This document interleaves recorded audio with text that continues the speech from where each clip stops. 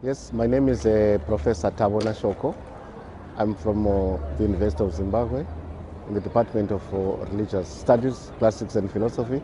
I'm born Zimbabwean. Yeah. First, I took interest in the issues of HIV and AIDS as far back as 2009 when I was recruited by one national network of people living with HIV called Zimbabwe Network of People Living with HIV in Harare. And so I served in that organization as an executive director. There I came in close hand with people living with HIV and AIDS, and also noted and experienced the issues surrounding people infected and affected by HIV and AIDS. And I also made connections from my workplace in terms of research, uh, doing activities or research projects, particularly focusing on traditional religion, culture, issues of masculinity, focusing on HIV and AIDS. Yes, the most difficult issues which I've noted from the local church are issues pertaining stigma and discrimination, particularly for people infected with HIV and AIDS. That one is a basic fundamental problems which really characterizes most churches, including my own church, the Lutheran Church. I've noted that if one is HIV infected by the virus, one cannot be made to participate in certain committees. One may not be elected. It's simply sidelined by the membership in terms of active participation on certain committees or certain activities which other members ordinarily do.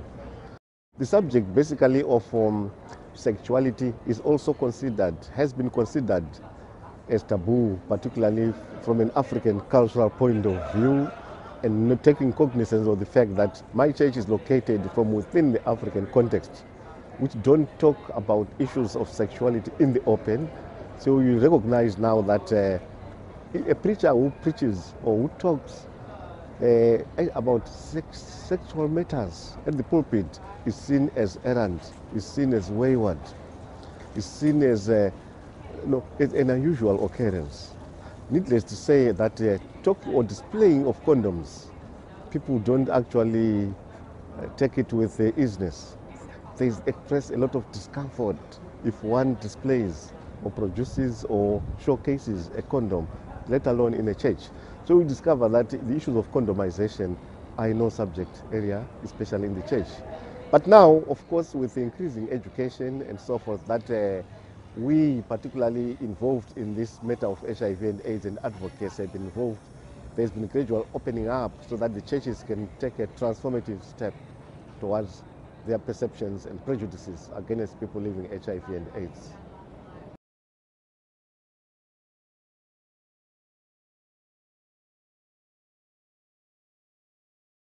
We started addressing issues for masculinity, especially through a shared platform with a colleague of mine, Professor Ezra Shtando, who works for the World Council of Churches and has also been my former student at the University of Zimbabwe in the same department which I teach, religious studies, classics and philosophy.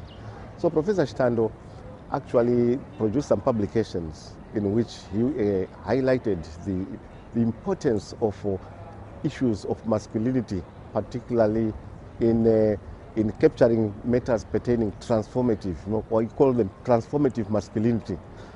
The thrust of the argument was that masculine or people of masculine gender have the potential to make transformative approaches towards HIV and AIDS. They can make meaningful contribution towards meaningful intervention on HIV and AIDS. The background behind this masculinity factor is that our country, Zimbabwe, is patriarchal, and so what it simply means is the male is important and the woman is secondary. The man is the head of the family. He is important in terms of political, economic, social, and various issues. He is in fact the figurehead. The mother is only subservient. Also, when westernization came, it is the man who has been regarded as, traditionally speaking, a man has been the hunter who goes out into the forest to hunt animal, to kill and bring back booty at home, whilst the woman stayed behind doing kitchen work and domestic chores. So it is that particular paradigm which has been taken again into the modern context, whereby a man would go into the urban areas to go and work in the industries, while the woman stays behind at home. So in short, what that translates to in terms of HIV and AIDS is simply that a woman is inferiorized, is taken as a secondary citizen. And a woman apparently ends up with no rights to sexual conduct. A woman cannot freely have access to condom, to prevent even other prevention mechanisms. A woman does not enjoy the liberty to control births, childbirth, pregnancy, delivery, and so on. All that is actually championed, is actually at the mercy of the man who is in control. And the man considered himself as superior to the woman. In that particular context, the man understands also and creates images surrounding himself that portray him as the potent, as a demigod. For example, in Shona culture, a real man, there's a proverb which goes, a real man is seen by the marks. A real man is seen by the marks which actually characterize him. A real man is like a bull. A bull which tosses, which goes other cattle, actually ends up with marks, visible marks of injury.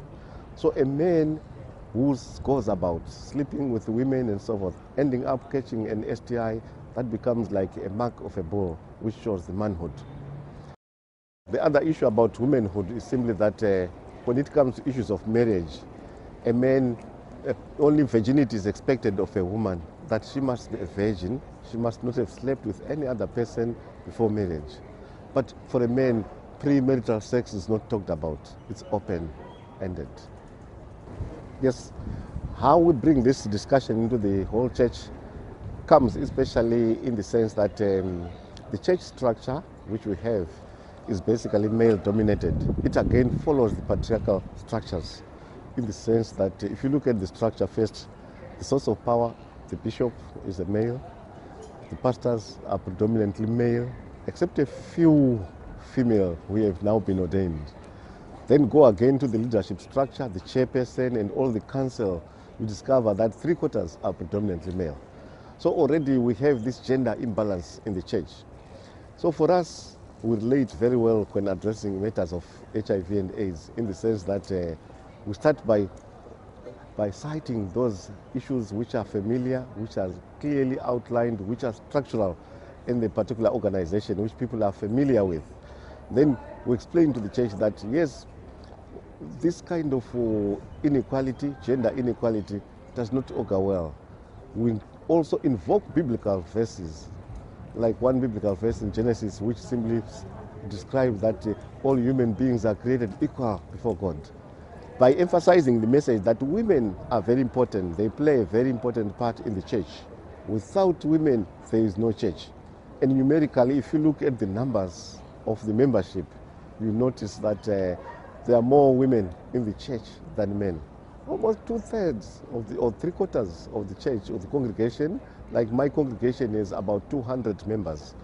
2/3 or 3/4 are predominantly women, and young people, children.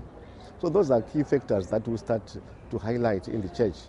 We also make connections and simply say women can also play a very important role in the combat, in the meaningful intervention towards HIV and AIDS. Women can be empowered through activities, through committees, through advocacy, through strengthening their bases, their capacity, so that they can also stand up for their rights. The issue of rights is very, very important.